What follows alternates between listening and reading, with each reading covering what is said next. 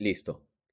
Continuando entonces, amigos, ante todo, buenos días con nuestra clase de la vez pasada. Habíamos, habíamos dicho que antes de analizar, haciendo un breve resumen, ¿no? Habíamos dicho que antes de analizar el derecho penal, antes de abocarnos a su análisis, nos aboquemos al análisis del derecho y dentro del análisis del derecho habíamos dicho que existen dos tipos de normas, unas normas positivas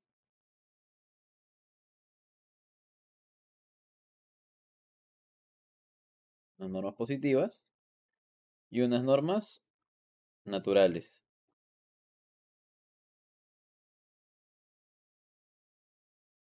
que éstas no tenían ningún tipo de vinculación con el hombre más que sus efectos, porque no las ha creado el hombre, pero que las normas positivas sí habían sido creadas por el hombre, ¿no? Entonces, dentro de estas normas tenemos aquí las leyes, ¿verdad? Los decretos, los reglamentos, ¿cierto?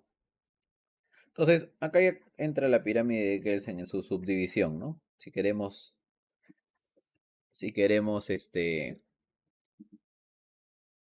dividirlas en base a jerarquía. Y, bueno, siguiendo a Kelsen también a propósito, arriba de esta pirámide está una norma hipotética fundamental, ¿ya? Sobre eso vamos a querer ahondar más adelante. Pero mientras tanto, para mí es esencial que entiendan esto. Porque hasta ahorita no hemos hablado de los derechos humanos, ¿cierto? Y el tema con los derechos humanos es que justamente habíamos señalado que el hombre es un ser sociable.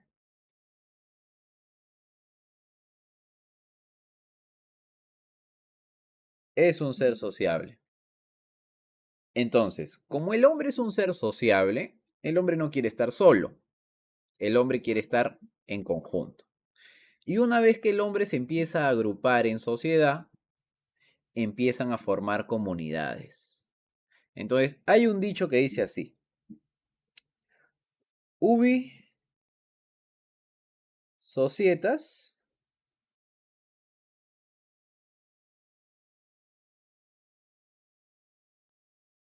ubi ius.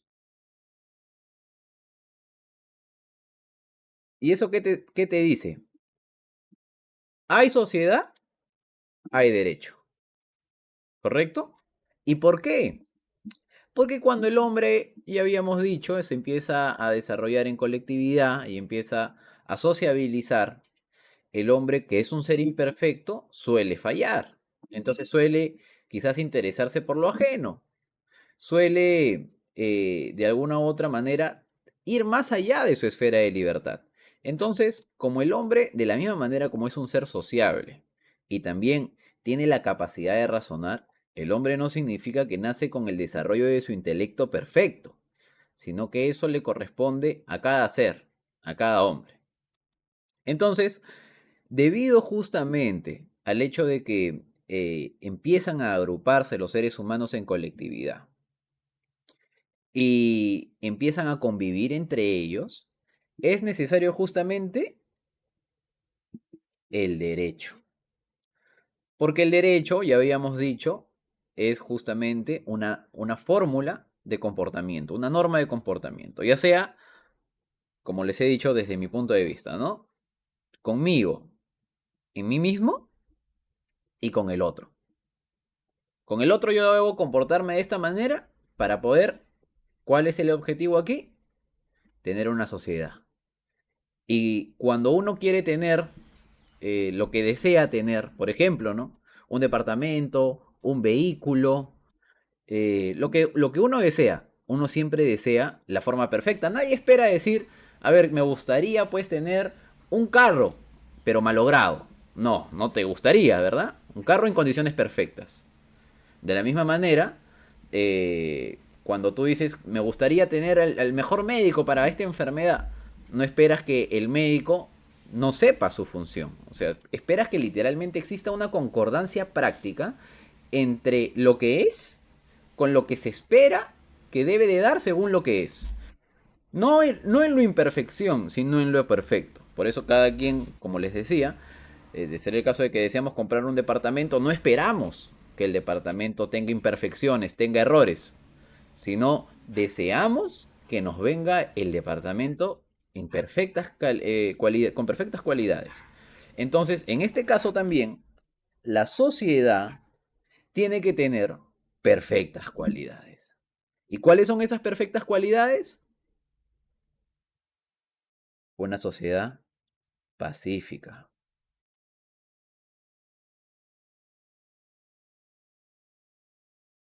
Pacífica. Así es. Porque a nadie le gusta vivir en la zozobra, en la guerra, ¿verdad?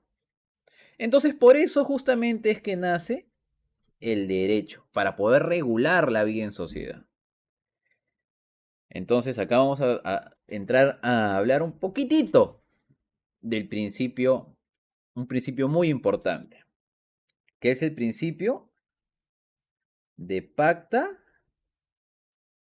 sunt servanda. ¿Qué significa esto? La, los pactos, los contratos, son ley entre las partes, los contratos se respetan. El pacto al que yo me he adherido tiene que ser cumplido a cabalidad. Entonces, imaginémonos pues como les decía, ya múltiples personitas, ¿cierto? Por aquí hay muchas personas ya, 30.000 personas ahí. Entonces estas personas que desean esta sociedad pacífica por los motivos que ya hemos señalado, realizan este pacto, este pacto, este contrato. ¿Y por qué realizan este contrato? Porque naturalmente se empiezan a agrupar en colectividad y al agruparse de manera natural consideran necesario, como hemos dicho, el derecho. ¿Para regular qué? Para regular la conducta de las personas que viven al interior de esta sociedad y que quieren vivir en paz, porque este es el objetivo del Estado de Derecho. Este es el objetivo de todo Estado en general. Naturalmente hablando, razonablemente hablando. Esto, para que uno entienda esto, no es necesario que exista una ley que diga que así debe ser. Basta con el empleo de la razón como para entender que así debe ser. Salvo que nosotros digamos, no, pues queremos nosotros que exista un Estado que no me proporcione esto. Más bien que me proporcione un estado de guerra, de muerte, ¿no? Esa es una calaverita aquí.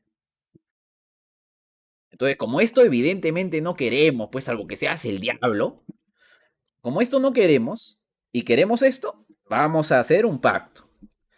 A este pacto nosotros lo conocemos como constitución. Otro nombre es la Magna Carta.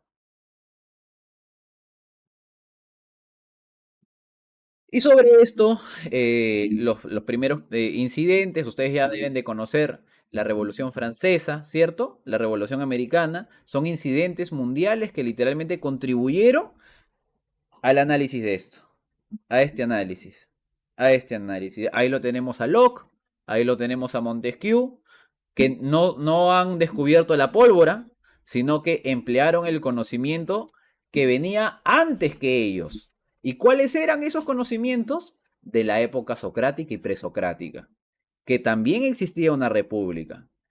Y antes que ellos existía algo, bueno, pues recuerden que nosotros empezamos en nuestro año uno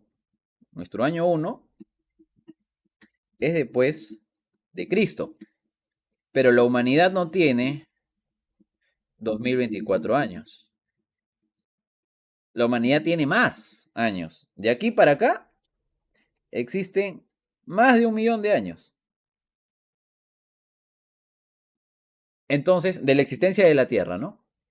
Y de la existencia del hombre existe una cantidad gigantesca. Ahorita no me acuerdo exactamente cuál es el número, pero es una cantidad mucho mayor, abundantemente mayor a 2024 años, que es después de Cristo. Entonces, de aquí para acá están pues las personas, los antiguos, a quienes los padres del Estado republicano, como hemos dicho Locke, como hemos dicho Montesquieu, como hemos dicho Rousseau, ¿cierto? Estos padres no es que crearon algo. Se remitieron a lo de los antiguos. ¿Los antiguos por qué? Porque estaban acá. ¿Y quiénes estaban acá? Sócrates, Aristóteles, Platón. ¿Ya? Entonces Platón es súper conocido por la República. Ese es un libro de él. Bueno, no sé si llamarlo libro, creo que esa palabra no es exacta, pero es un diálogo de Platón. En fin, entonces, antes de ellos también existió algo, solamente que existe un periodo del cual nosotros ya no conocemos porque dentro del transcurso de la historia, algunos libros, producto de múltiples guerras y que no necesariamente pues la sabiduría mandaba en la época en el que lo que predominaba era la conquista de los pueblos, también se quemaban libros, etcétera, etcétera. Pero lo de no sí no ocurrió, y de esos existe un registro tanto histórico como bíblico, es de Ciro el Grande, ¿no? Ciro el Grande fue una de las personas que impulsó dentro de su eh, actuar político el consenso entre personas de diferente religión, de diferente credo, de diferente ideología, de diferente cultura. Y ahí uno puede leer la Biblia exactamente cómo hablan de Ciro el Grande y también históricamente cómo se le reconoce, ¿no? Por el cilindro de Ciro. Bueno, entonces, continuando con nuestro tema. Esto es, como les dije en la Constitución, las personas son el constituyente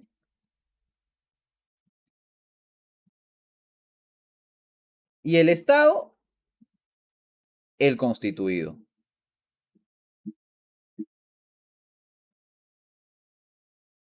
Entonces, acá vemos que constituyente entiéndase a las personas que componen el Estado.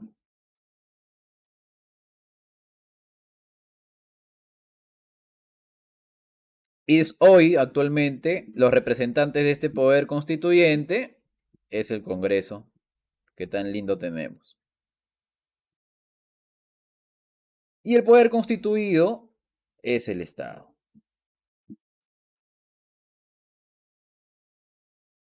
Entonces, mis estimados amigos, la voluntad, la voluntad de estas personas es la misma que la del Estado. Porque ellos lo crearon, con el propósito que ya hemos señalado.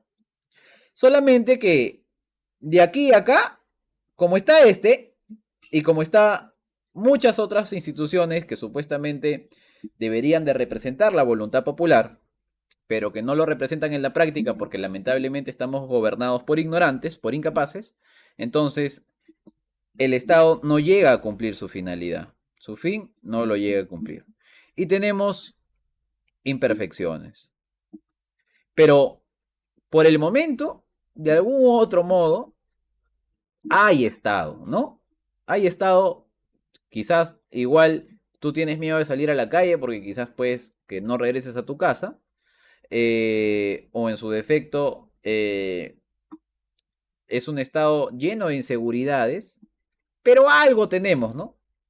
Tenemos algún tipo de forma, quizás no es lo perfecto, lo que se espera, pero pues alguito, ¿no? Quizás un 30, 20% de estado tenemos, algo por el estilo.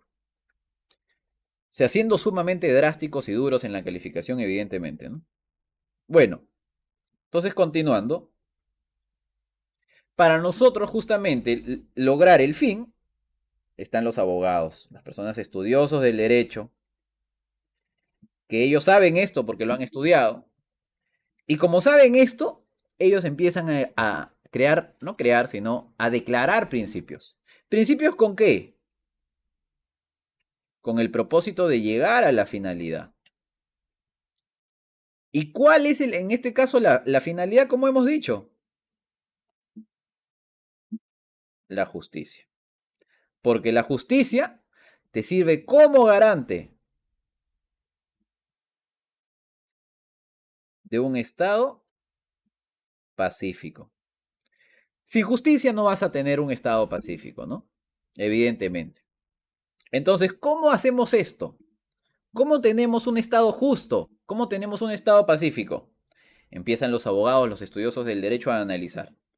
Y en el análisis van a empezar a decir, como ya habíamos señalado en la clase primera, todo esto es un repaso, que uno de los principios necesarios es la igualdad, ¿no? Otro principio necesario es el principio de pacta sunt servanda que ya hemos dicho. Entonces, existen distintos principios y estos principios se les conocerá, perdónenme, a estos principios se les conocerá como principios del del derecho en general, ¿correcto? Igualdad, sobre todo igualdad, porque la igualdad es un principio universal. Y llegado este tema, ya podemos continuar con lo que nos toca el día de hoy, que es hablar un poco sobre el concepto del derecho penal y los principios que obran al interior de este concepto. Perfecto, entonces vamos así, vamos así. Ah, me faltaba algo. Me faltaba aclarar lo siguiente. ¿Dónde lo podemos poner? A ver, lo ponemos por aquí. Ya. ¿Qué falta?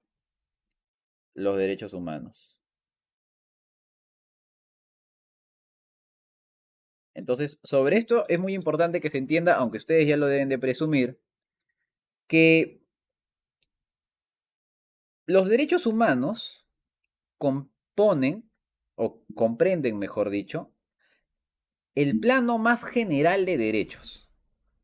Ya habíamos dicho, pues, que acá hay una persona, acá hay otra persona, y acá hay otra persona. Y así miles, ¿cierto? Entonces, él es A, él es B y él es C. Y a él le gusta el fútbol, a él le gusta el básquet y a él le gusta el tenis. Eh, ya saben que estos son sus gustos y por gustos son diferentes, ¿cierto? Entonces, como siempre va a polular la diferencia en las personas, porque ninguna persona es igual, entonces el primer derecho que se debe de entender es que yo debo de respetar a él y a él, que son mis iguales, porque ya hemos dicho que existe un principio de igualdad, que son mis iguales, yo los debo de respetar absolutamente como me gustaría que me respeten a mí. ¿Por qué? Porque esta persona que sabe que él lo que quiere es un estado pacífico, entonces esta persona tiene que contribuir a lo que él desea hacer, ¿cierto? Si es que queremos ser congruentes, lógicos y razonables. Entonces, para poder contribuir a la vivencia pacífica, esta persona que respeta y ve al otro como su igual, entonces es esta persona que dice, yo al otro lo tengo que respetar, porque si no lo respeto a él, también estaría validando que otro no me respete a mí. Y quizás él tiene más fuerza, o quizás él tiene fuerza más que este pata de acá. Pero como no estamos en un estado en donde gobierna la fuerza, sino gobierna la razón, todos estos tres sujetos tienen que tener en claro que solos no van a llegar a ningún lado. Juntos van a llegar a todos lados. Y para poder llegar juntos a todos lados y hacer que esa persona yo la pueda conservar en mi vida, yo tengo que relacionarme con esa persona con amor. El amor, mis estimados amigos, es la base de la ética. Y la ética, justamente, es la base de la convivencia pacífica en sociedad. Pero la ética no se exige. Se exige únicamente las leyes positivas. ¿Y por qué? ¿Cuál es la diferencia entre la ética y las leyes positivas? En que las leyes positivas contienen mandamientos mucho más generales y fáciles de cumplir, como no matar, como no robar, porque estamos requiriendo no un rango tan elevado de conocimiento y de comportamiento, sino un rango mínimo. Mientras que en el caso de la ética, ya pues ya está el hecho de cuida tus palabras, cuida tus acciones, cuida lo que piensas. Pero no te vamos a exigir pues todo esto, porque este es un camino personal, intrínseco de cada uno. Entonces, esto es absolutamente personal, inexigible por su por la capacidad que se requiere, por el ejercicio constante y diario y la necesidad de conocimiento que se requiere. Y como comprenderán, no son exigibles, les decía justamente este tipo de cosas porque requieren una mayor rigurosidad. Entonces ya bueno, volviendo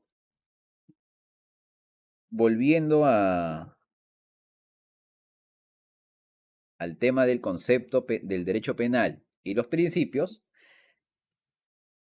el derecho penal, ya habíamos hablado más o menos de lo que es el derecho penal es importante porque el derecho penal en el Estado de Derecho entra a sancionar las conductas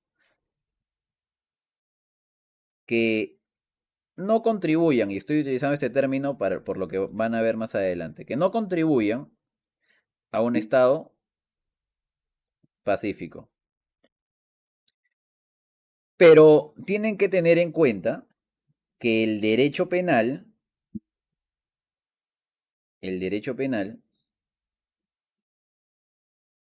sirve como una herramienta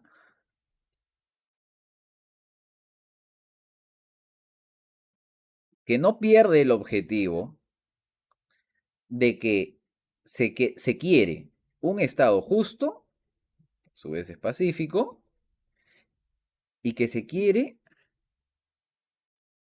que el ser humano, que es el constituyente, ya lo hemos dicho, no sea tratado como un medio para un fin, sino que sea tratado, esto no sea, sino que sea tratado como un fin en sí mismo. ¿Y por qué? Porque es parte del constituyente, es parte de tu creador. Si yo soy tu creador, tú no me puedes levantar la mano. Pero más allá de eso, el propósito, o mejor dicho, la razón de ser que está detrás, es que en el momento que las personas se juntan, se están juntando todos en igualdad de condiciones.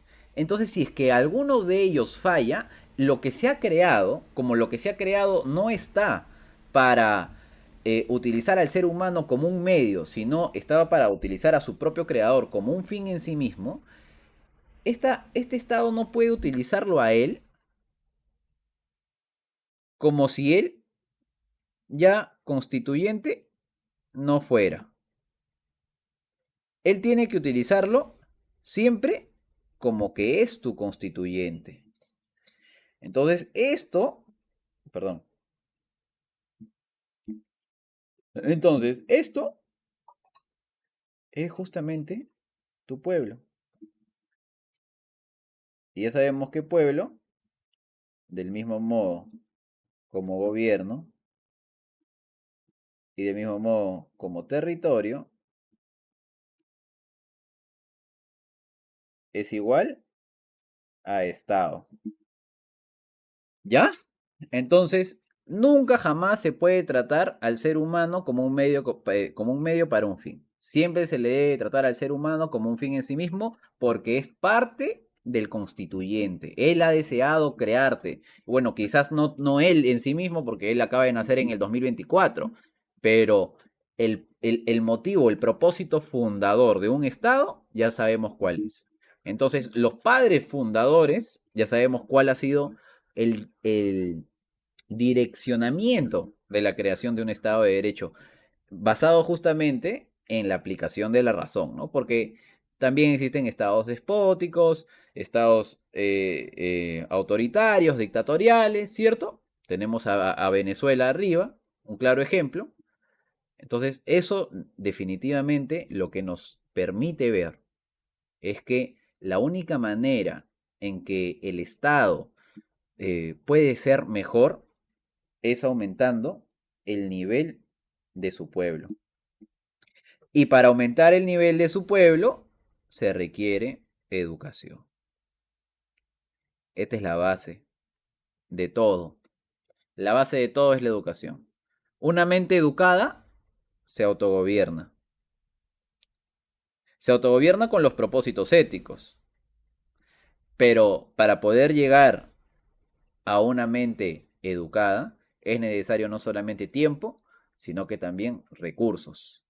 Y ahí es donde la carrera no empieza por igual, ¿no? Existe un desnivel que el Estado se debería de comprometer en el aseguramiento de eso, porque como ya hemos visto, todas las personas, todos los seres humanos que habitan al interior de un Estado tienen como objetivo eso, ¿no? Por eso que en Europa, en donde el porcentaje de Estado es mucho mayor, no llegan al 100%, pero es mucho mayor que en Latinoamérica, en Europa tú no ves a personas que matan por celular, en España, por ejemplo, no ves personas que matan a otras por un celular.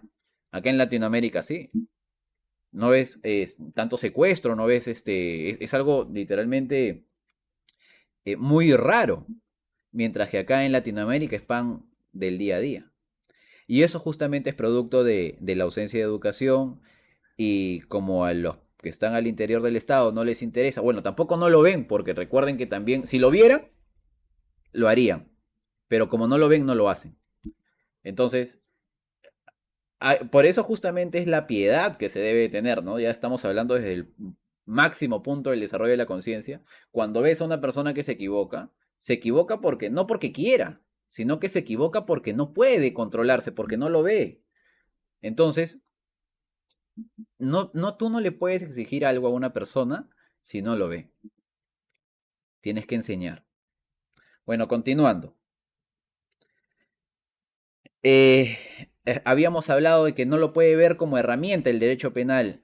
Entonces, las sanciones a aplicar tienen que ser sanciones que aporten a la justicia y la única cosa que aporta es que la persona que falló, el ser humano que erró, sea educado. O en otras palabras, como lo conocerán,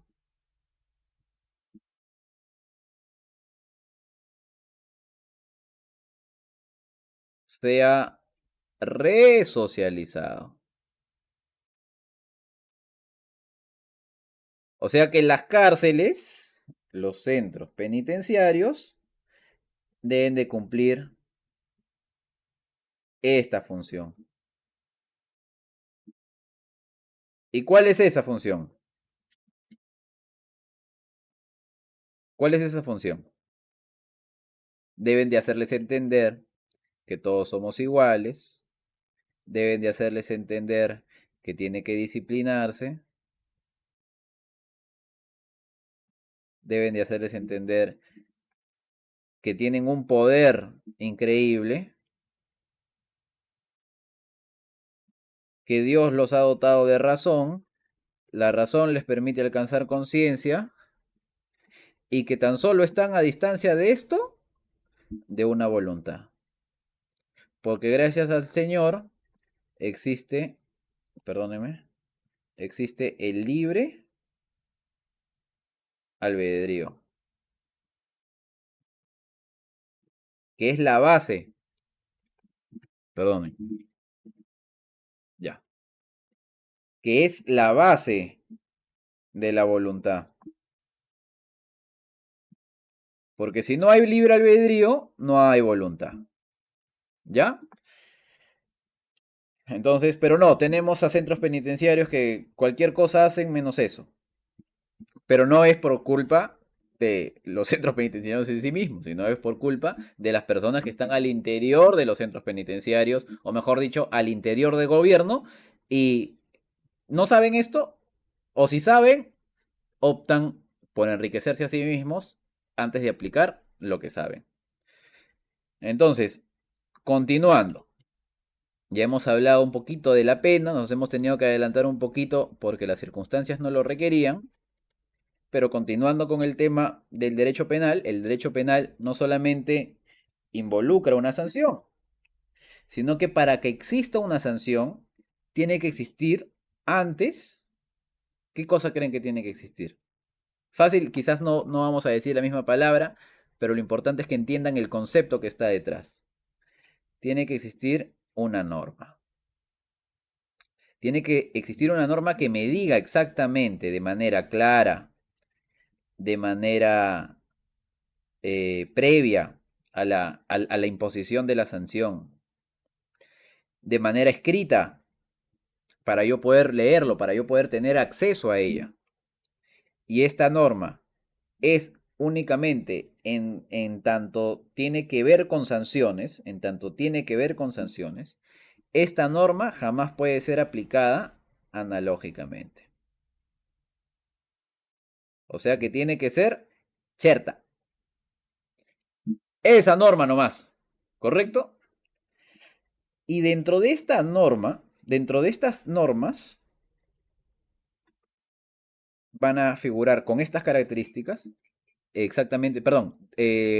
Estas normas con estas características van a tener que regular ¿qué cosa? Lo que conocemos como bienes jurídicos. Entonces, el Estado, que tiene como objetivo proteger los bienes jurídicos de sus integrantes, el Estado tiene que poner normas para decir esto no hagan porque si hacen esto están infringiendo los bienes jurídicos ajenos y no están actuando conforme al pacto inicial, no están actuando conforme a la voluntad constituyente. Entonces, ustedes sí van a necesitar que les enseñemos por qué tienen que actuar conforme a la voluntad constituyente. Entonces lo agarran al que delinque, lo meten, lo resocializan y una vez que cumple su pena, el tiempo de pena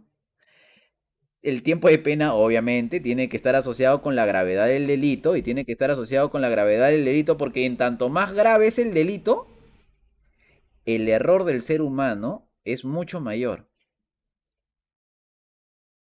Entonces, esto es muy importante porque no es que el legislador puede poner como pena pues al delito de hurto lo que se le da la gana. No, acá están los principios, los estamos descubriendo.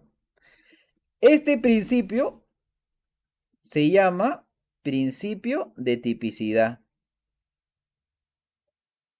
Este principio que te dice la norma tiene que ser eh, clara, la norma tiene que ser previa, la norma tiene que ser cierta, ¿cierto?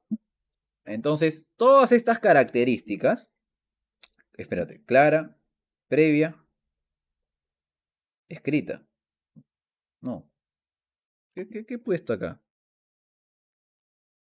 Clara, previa, no sé por qué, no sé qué he puesto acá. Bueno, escrita tiene que ser. Pero fácil he puesto escrita una S en vez de poner una E. Ya. Eh, entonces, esto se le conoce como el principio de tipicidad. ¿Ya? Y a este tema de el tiempo, ¿cierto? Que está asociado con la gravedad del delito, o sea, del hecho cometido por el hombre que se ha equivocado, este tiempo no tiene que ser un tiempo salido de las mangas, sino que tiene que obedecer justamente a todo esto. Y si tiene que obedecer, a esto se le conoce como principio de proporcionalidad.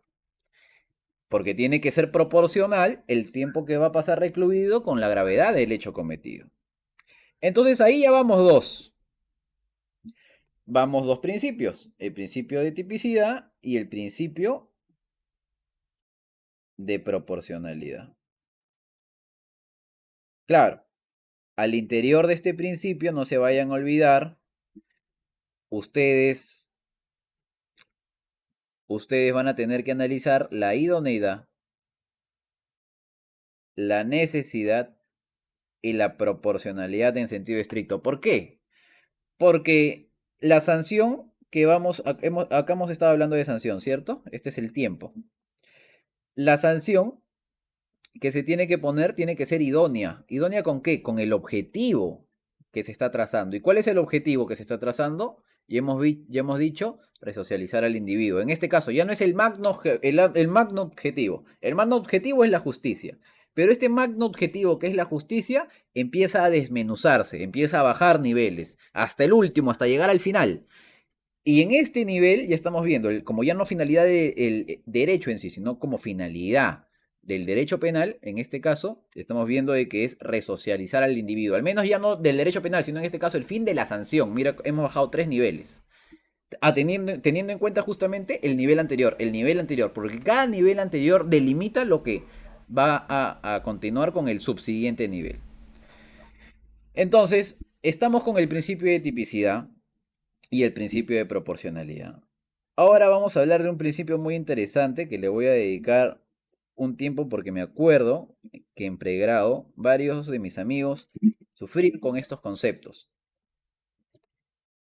que es el principio de la temporalidad mejor dicho,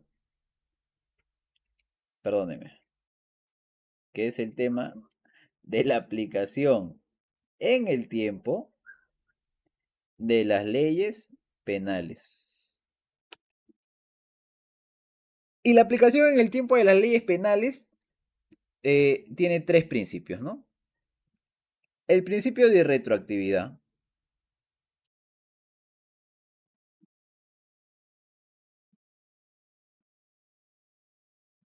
que como ya hemos dicho, el principio de retroactividad, hace un momento, la norma tiene que ser previa al hecho cometido, ¿cierto? Entonces, este principio es la regla general. ¿Y qué es lo que te dice? La norma empieza a aplicarse,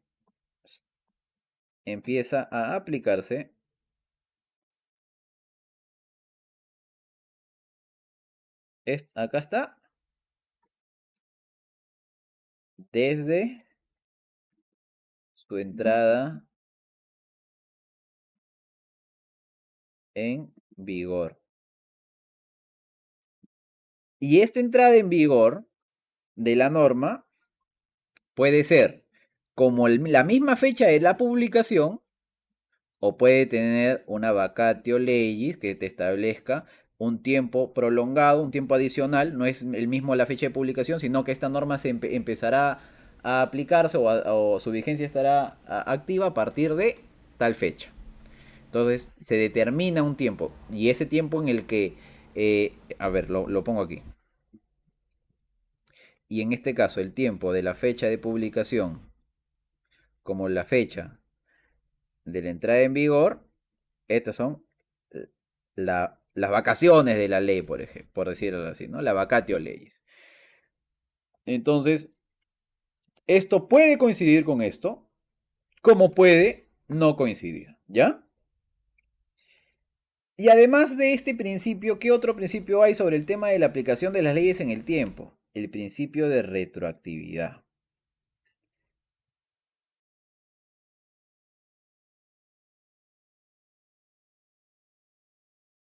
¿Y qué es lo que te dice el principio de retroactividad?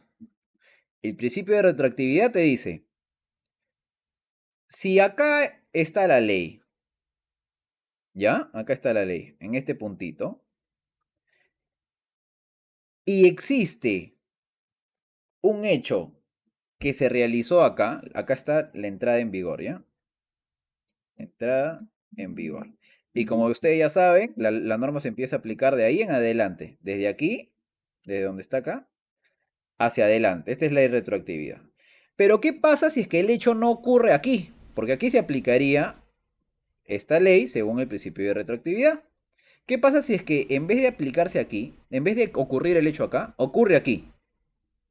Ocurre antes que la fecha en la que entró en vigor la ley. Entonces, en este caso, siempre, ojo, siempre. ¿Y por qué siempre? Porque ya hemos dicho, el ser humano no es un medio, sino es un fin en sí mismo. Entonces, si es que es un fin en sí mismo, si es que la norma actual, esta es la norma actual, ¿cierto? Si es que la norma actual beneficia al sujeto que cometió en, en una fecha anterior, que cometió el hecho en una fecha anterior, que no es que lo cometió acá, sino que lo cometió aquí, y esta norma lo beneficia a este sujeto, que lo ha cometido aquí, entonces hay que aplicarle esta norma a este sujeto, porque el Estado se ha dado cuenta que la norma tiene que tener unas determinadas características y estas características no pues no es que ha salido una norma con nombre, ¿no? Porque hay que diferenciar las cosas. Cuando sale una norma con nombre, esa norma es nula. Todas las normas tienen que tener como propósito un estado justo y un estado pacífico. Y para que exista eso, se tiene que ceñir a la ley, se tiene que ceñir a lo que es la justicia, los principios generales del derecho, los principios del derecho penal. Entonces, en este caso, no estamos hablando de una norma con nombre y apellido. Estamos hablando de una norma que se produce en el legislativo por raciocinio del legislativo. Es que las normas se crean justamente o se modifican no para empeorarlas, sino que se espera que cada modificación a la norma sea mejor que la anterior. Que cosa que no ocurre en la práctica, pero que no ocurre en la práctica no significa que esa no sea la teoría o el deber ser, ¿no? Para eso deben entrar profesionales capaces a las instituciones públicas para que literalmente hagan lo que se debe hacer. Entonces, el asunto es ese, que en este caso, como las cualidades de la norma lo beneficia a este sujeto que actuó de manera anterior y lo beneficia, ya hemos dicho, porque es una norma válida, no es una norma nula, porque de ser el caso de que lo beneficie, pero sea una norma con nombre y apellido, esta es nula y porque no cumple con los principios de justicia y por lo tanto no debe de aplicarse, o mejor dicho, todos sus efectos tienen que ser retrotraídos, esta norma que sí es válida, sí verdaderamente debe de aplicarse a un hecho anterior siempre que lo beneficie. Y finalmente está el principio de ultraactividad. Y en este principio de ultraactividad, este señor, ya en nuestro ejemplo, lo comete el hecho aquí. Vamos a ponerlo acá solamente con propósitos. No quiero que tomen en cuenta esto, o sea, esto de aquí, esto de acá no lo tomen en cuenta. O mejor lo hago acá, porque si no, no quiero que se me confundan. Acá hay un principio, acá hay un hecho. ¿Ya? Acá hay un hecho. Y este hecho, espérate, voy a dibujarlo de nuevo, voy a dibujarlo de nuevo. Vamos a hacerlo lo mejor posible. Acá hay un hecho, ¿ya? Mejor dicho, acá hay una norma. Acá hay un hecho. Aquí hay una disposición derogatoria de esta norma de acá. Entonces, esta norma que está surtiendo sus efectos aquí, tan solo lo hace hasta acá. Porque acá fue derogada, ¿ya? Entonces, discúlpeme.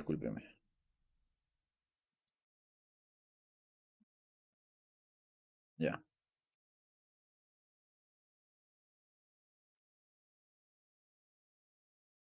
ya, ahí está. Porque acá fue derogada, tan solo surten sus efectos hasta acá. ¿Cuándo ocurre o cuándo se materializa el principio de ultraactividad? El principio de ultraactividad se materializa cuando esta norma, pese a estar derogada, sus efectos siguen aplicándose. ¿Cómo así? Sancionan a alguien por acá cometió un hecho, Sancionan a alguien con 6 años, ¿correcto?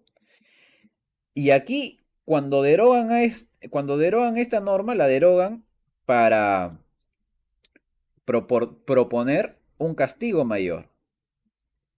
Ya no una sanción de 6, sino ahora una sanción de 9. ¿Ya? Entonces, en este caso, esta persona no sabía que ese hecho iba a tener esta sanción de 9. Esa persona en el momento de la comisión del hecho, que fue este, lo cometió cuando estaba en vigencia esta norma. La otra norma que sancionó en 9 empezó a aplicarse aquí. Entonces, este es un momento posterior al hecho. Cuando él cometió el hecho, que es acá, él no sabía que iba a existir esa norma porque no es pitonizo. Él tan solo sabía que existía esta norma. Y esta norma lo sancionaba con una cantidad de años de 6.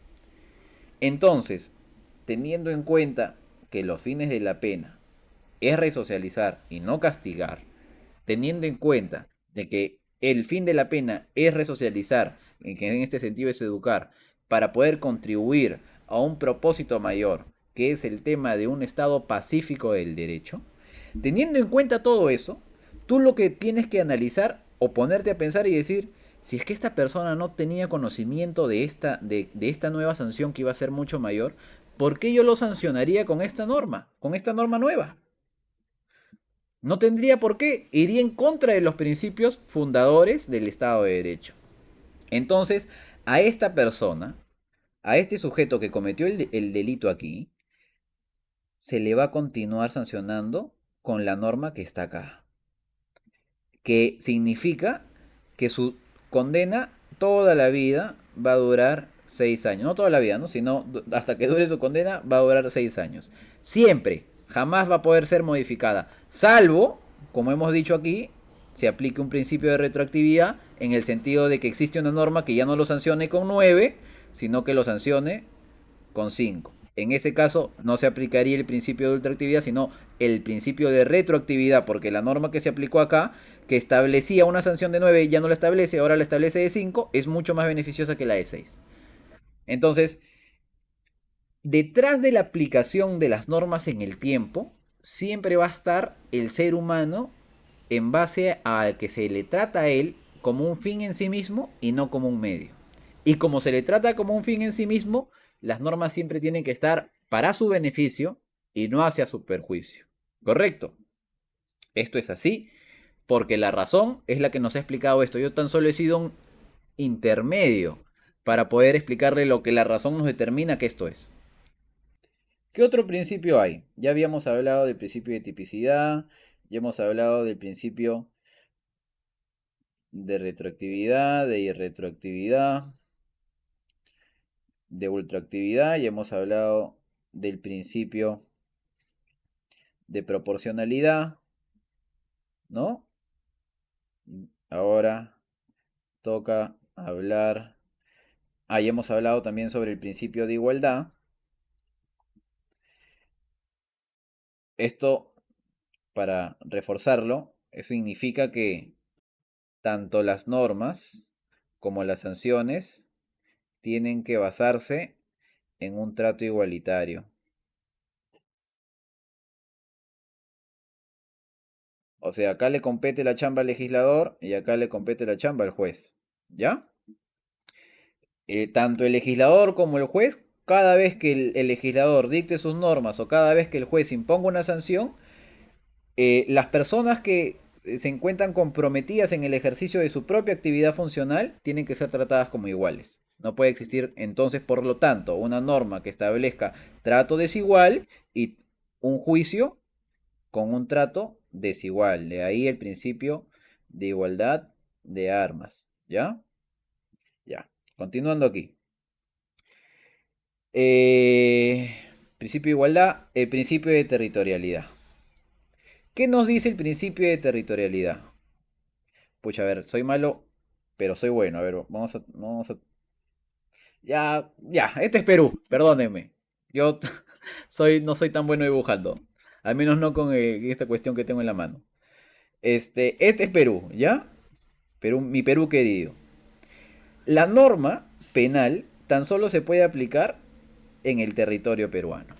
No puede aplicarse en el territorio de Brasil, ni de Chile, ni de Argentina, perdón, ni de Bolivia. No, tan solo en el territorio peruano. ¿Ya? Pero existen excepciones. ¿Cuándo existen excepciones? Cuando estamos hablando de un espacio aéreo o un espacio marítimo. Cuando hablemos de un espacio aéreo y marítimo, cuando el espacio marítimo y aéreo sea abierto, esto es decir, alta mar, o no sé cómo se le dice en el caso de un espacio aéreo, debe ser espacio aéreo abierto, por último.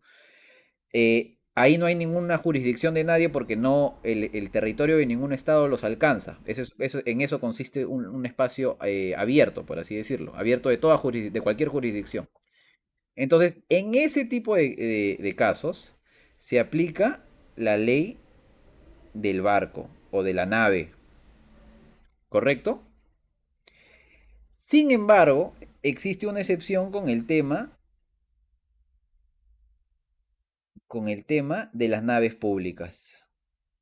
Cuando de nave pública se trata, significa que es una extensión, o sea, nave pública es que le pertenece no solamente al Estado peruano, sino que tiene una función propia protocolar del Estado. Es una nave de la Marina, es una nave de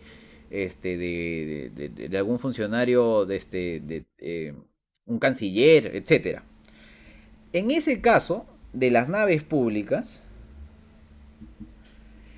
siempre se va a aplicar el derecho de la nave. Aún ya no estés por fuera de tus 600 millas, que es justamente el espacio que compromete el mar de la región, del país que fuera. Perú tiene su territorio y 600 millas de mar. Chile su territorio y 600 millas de mar. Aún si es que la nave pública navega dentro de esas 600 millas que forma parte del territorio, en este caso pongamos un ejemplo de nuestros hermanos chilenos, la aplicación de la ley, en este caso, no es de la chilena, pese a encontrarnos en el territorio, en el mar, de ellos, sino es de la peruana. De ahí que venga el concepto también que, por ejemplo, los delitos que se cometen al interior de una embajada son delitos juzgados por el fuero jurídico de la nacionalidad de la embajada, porque son una extensión del país en otro país. Entonces, ya hemos hablado del principio de igualdad, ya hemos hablado del principio de tipicidad, falta un principio acá muy importante, el principio de legalidad. Y el principio de legalidad, yo amo el principio de legalidad porque es el principio más importante del derecho penal. Este principio se le conoce como un aforismo de forma general. Y el aforismo es el siguiente. El ser humano o todas las personas están permitidas de hacer lo que la ley no prohíbe, pero se encuentran restringidas en hacer lo que la ley manda que no hagas. Entonces, eso significa que el ser humano está subordinado a la ley. Y de ser el caso de que exista un vacío en la ley, el ser humano puede actuar. O la persona puede actuar. Y de ser el caso del Estado, también está subordinado a la ley. El Estado también está subordinado a la ley. Pero ¿cuál es la diferencia? Que en caso de vacío, el Estado no puede actuar. El Estado tan solo actúa cuando la ley mande, cuando la ley lo diga. ¿Ya? Y ahora, entrando a tallar un poco más dentro del principio de legalidad, dentro del principio de legalidad se encuentra el principio de tipicidad que ya hemos dicho, pero más allá de eso, el principio de legalidad lo que nos dice es que, eh, perdónenme que tenga que usar latinazgos, pero yo sé que no todos están conformes con el empleo de latinazgos, pero lamentablemente nuestra carrera tiene base latina, así que es necesario recurrir a ellas, al menos como para explicar el contexto histórico, porque dentro del principio de legalidad, justamente lo que se nos dice es nula crimen, sine leye previa. No hay crimen sin ley previa. Eso de todas maneras se condice con el principio de tipicidad, pero eso lo que nos quiere decir es que jamás va a haber sanción, perdonen, jamás va a haber sanción sin una norma que previamente, que previamente haya previsto esa sanción, ¿ya? En base a los requisitos que ya hemos dicho. Entonces, ¿qué más podemos hablar sobre el principio de tipicidad? Que es un principio que establece la reserva de ley, que es otro nombre más como se le conoce a todo lo que hemos estado hablando, ¿no? Toda sanción, este principio incluso tiene mucho con el derecho tributario, pero el derecho tributario entra acá a tallar porque el tributo afecta tu patrimonio. Y todo lo que, o sea, tu patrimonio es un bien jurídico y todo lo que te afecte a ti, a tus bienes jurídicos, es una sanción. Solamente que en este caso es una sanción permitida. ¿Por qué? Porque contribuye a los fines del Estado. El Estado se tiene que mantener de alguna manera, por eso los impuestos. Entonces, de la misma manera como el impuesto es una sanción, pero una sanción permitida, y la ley es una sanción que también es permitida contra la voluntad, en este caso, contra la voluntad del sancionado, salvo que algunos quizás tengan una buena voluntad de querer ser sancionados. Todavía no conozco ningún reo, ya, aunque trabajo en esto, y he trabajado ya por casi 10 años, y todavía no he conocido a alguien que me diga, sí, gracias por meterme a la cárcel. Ojalá algún día me toque. Pero ya, continuando, esta es una sanción que te digo que es permitida y la norma penal es una sanción. Por eso justamente se habla sobre el principio de reserva de ley. ¿Qué más podemos hablar sobre el principio de legalidad? Que el principio de legalidad es justamente lo que el Ministerio Público cuida. El Ministerio Público ha nacido para proteger el principio de legalidad. O sea, para actuar como fiscales. ¿Por qué fiscales? Porque fiscalizan. ¿Qué fiscalizan? El cumplimiento de la ley. ¿Y por qué fiscalizan el cumplimiento de la ley? Porque ya hemos dicho que toda ley que se ha creado, como se presupone, o sea, se presupone por el hecho de que ese es el propósito para, ¿no? No creemos que pues que los congresistas estén haciendo, dando leyes que no corresponden. No, no vamos a creer eso. Pero bueno, de ser el caso, yo les estoy explicando la teoría. La teoría dice esto, qué pena que no se condiga con la práctica, pero la teoría dice pues que si es que yo verdaderamente deseo un estado justo y a mí me han elegido para hacer un estado justo, yo todas las normas que voy a querer promulgar van a querer ser normas que respeten los principios de justicia. Entonces, esas normas que van a respetar los principios de justicia son normas valiosas para la conservación de un estado de derecho. Por eso es necesario crear un ministerio público que vele por el respeto de estas normas, y no solamente por el respeto de estas normas, sino también por la aplicación de la sanción de ser el caso de que las normas no se respeten. Por eso el Ministerio Público es amo y señor del principio de legalidad. Bueno, no es amo y señor del principio de legalidad, es protector del principio de legalidad y amo y señor de las investigaciones penales de carácter público. De carácter público, porque existen algunas otras de carácter privado, y las que son de carácter privado tienen naturaleza privada porque el interés ya no es público, ya no es algo que repercuta con esa magnitud. ¿Cuáles son? Todos los que tengan que ver con querellas, ¿no? Difamación, calumnia, ¿cierto? Entonces, continuando. Me falta una, ¿cierto? Difamación, calumnia. No me acuerdo del otro. Hay otro nombre más acá. Ya, lo completaremos. ¿Qué otro principio más? Principio de legalidad, principio de tipicidad, principio bueno, el tema de la ley en el tiempo. ¿Qué otro principio más? A ver. Eh, bueno, el principio de humanidad de las penas es un principio que busca reafirmar lo que ya se conoce, ¿no? Bueno, pero de algún otro modo vamos a ponerlo, ¿ya? Principio de humanidad de las penas. Y es que ya hemos dicho que el ser humano debe ser tratado como un fin en sí mismo, entonces la pena tiene que ser humana para poder literalmente cumplir con su propósito del Estado de Derecho. Entonces, ¿qué otros principios más hay?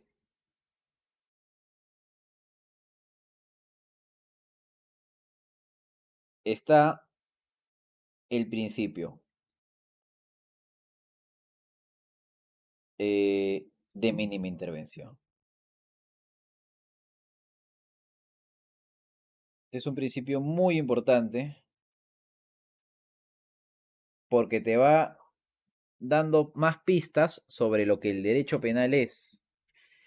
El principio de mínima intervención, mis estimados amigos, es justamente un principio que nos dice que el derecho penal tiene que ser mínimo en su aplicación.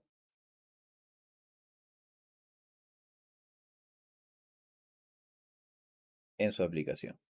¿Y por qué tiene que ser mínimo en su aplicación? Porque el derecho penal, dentro de todas las ramas del derecho que existe, el derecho administrativo, derecho civil, derecho tributario, derecho marcial, etcétera, etcétera, etcétera, el derecho penal es el único derecho la única rama del derecho que es capaz de afectarte un bien jurídico tan fundamental como la libertad, restringiéndotela o privándotela. ¿Correcto? Entonces, desde ahí que el derecho penal tiene que obedecer a este subprincipio de acá, que es el principio de fragmentariedad. Y el principio de fragmentariedad lo que te dice es, utiliza el derecho penal solo cuando se afecten a los bienes jurídicos de la manera más gravosa posible y que los bienes jurídicos sean los más importantes. Entonces, teniendo en cuenta de que el derecho penal es la rama más importante, o mejor dicho, más gravosa dentro de las ramas, el importante me nació del bobo. El tema de gravosa es real. Como la rama del derecho penal es la más gravosa porque afecta a la libertad del individuo, tiene que ser relegada por sobre las otras demás ramas del derecho. Y con ese mismo criterio, o mejor dicho, en el ahondamiento de esa línea, podemos darnos cuenta de que el derecho penal tiene que obedecer, si es que consideramos que debe de ser mínima su intervención, únicamente cuando los bienes jurídicos hayan sido afectados de la manera más gravosa y esos bienes jurídicos sean los más importantes, ¿correcto? Entonces, otro tema a, a- a- a conversar dentro del principio de mínima intervención es el principio de subsidiariedad y el principio, perdón, el principio de fragmentariedad y el principio de subsidiariedad. Entonces, esta rama lo que te dice es lo que ya hemos más o menos conversado en líneas anteriores. Prefiere a las otras ramas del derecho, por favor. Si tienes acá civil, si tienes tributario, tienes marcial, lo que fuera que tengas, prefiérelas. Siempre. Por encima del derecho penal. Si es que, claro que sí, si es que el hecho, o mejor dicho, el problema que proviene del hecho, el problema que proviene del hecho, es capaz de resolverse idealmente, conforme a los fines del Estado del Derecho y a los fines del derecho penal, con estas ramas. Si es que es posible, prefiere esas ramas. Pero si no es posible, si es que literalmente es necesario la intervención del derecho penal porque se ha afectado a un bien jurídico muy gravoso y además existe una norma que prevé una sanción de manera previa, utilicemos el derecho penal. Eso es lo que te dice el principio de subsidiariedad y el principio de fragmentariedad que se encuentran al interior del principio de mínima intervención que obliga al Estado a intervenir penalmente de manera mínima siempre y cuando sea necesario. Esto evidentemente obedece al principio de proporcionalidad, que es un principio general del derecho. ¿Qué más? ¿Qué más me falta? Principio de mínima intervención. Me falta el principio de lesividad. Y con ese terminamos. Principio de lesividad. ¿Y qué nos dice el principio de lesividad?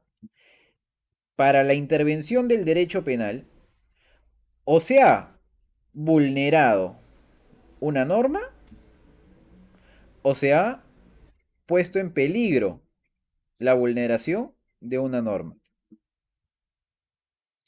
Esto es lesividad formal. Pero lo que a nosotros nos interesa, ahora me he puesto a ese en vez de... Ya. Pero lo que a nosotros nos interesa es la lesividad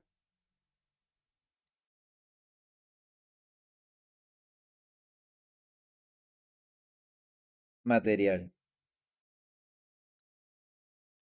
Y lo que nos dice el principio de lesividad material es el derecho penal tan solo puede intervenir.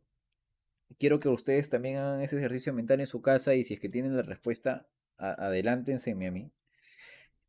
Cuando se ha lesionado o puesto en peligro, ya no una norma, porque ya no es formal, sino un bien jurídico.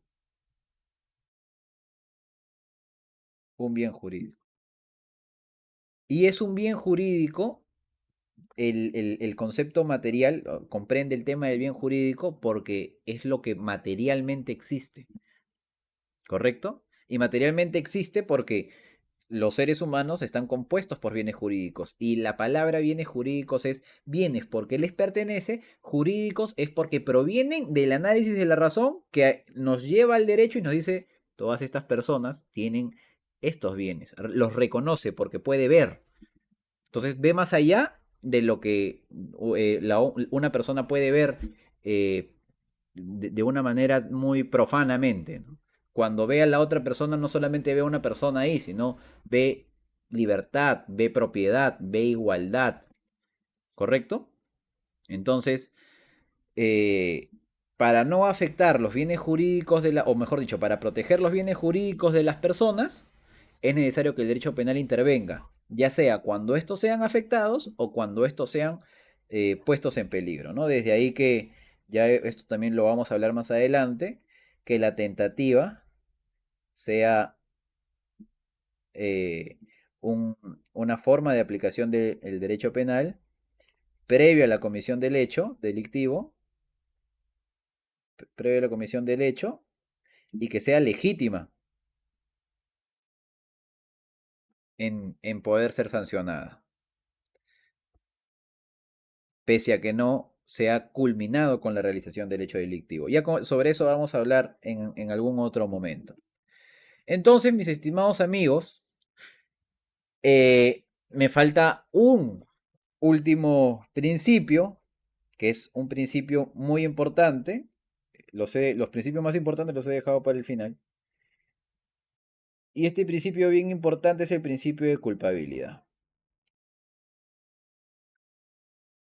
Y este principio de culpabilidad, no me faltó una D, este principio de culpabilidad lo que nos dice es que el hecho y la sanción, literalmente, tiene que existir una norma. Y la comisión de este hecho que está normado y que por lo tanto es un hecho típico,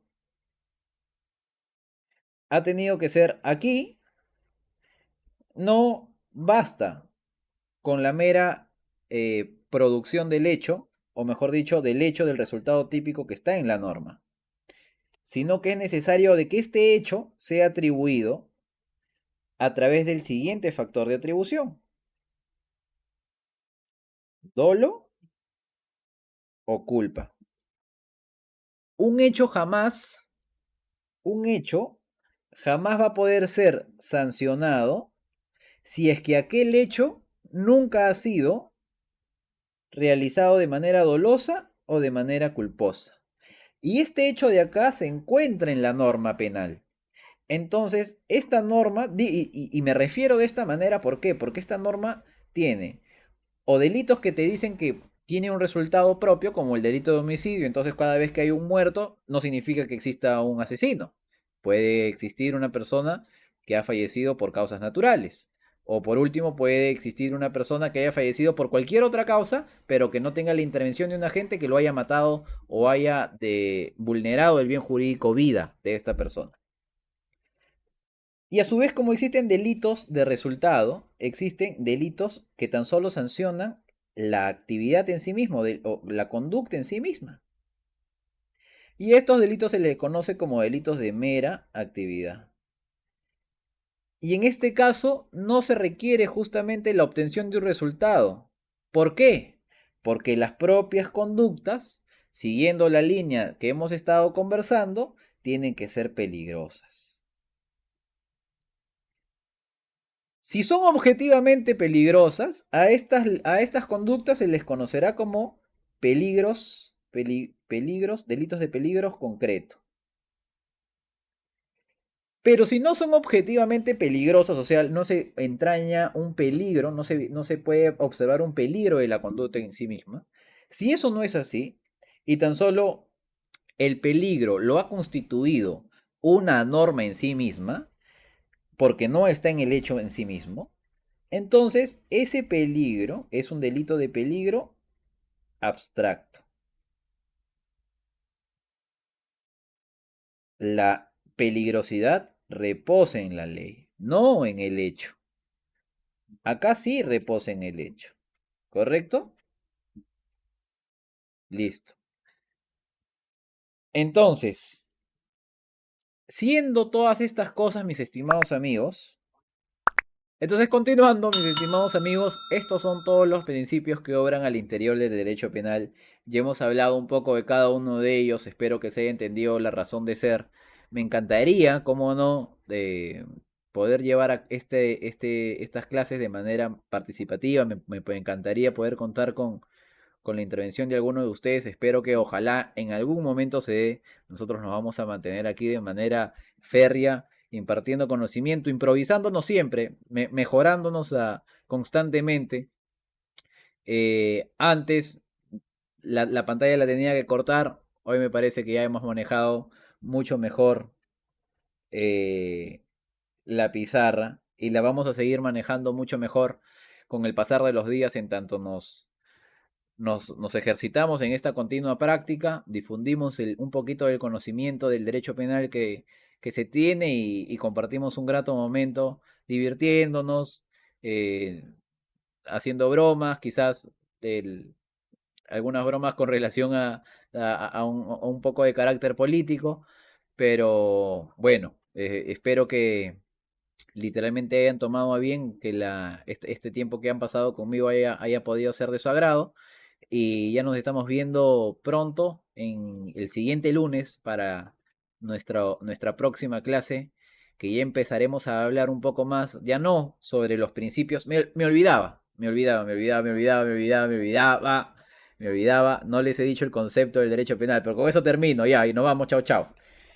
¿Cuál es el concepto del derecho penal? Teniendo en cuenta exactamente que todas estas normas que obran al interior de esta rama tan bonita, que el derecho penal es un conjunto de normas.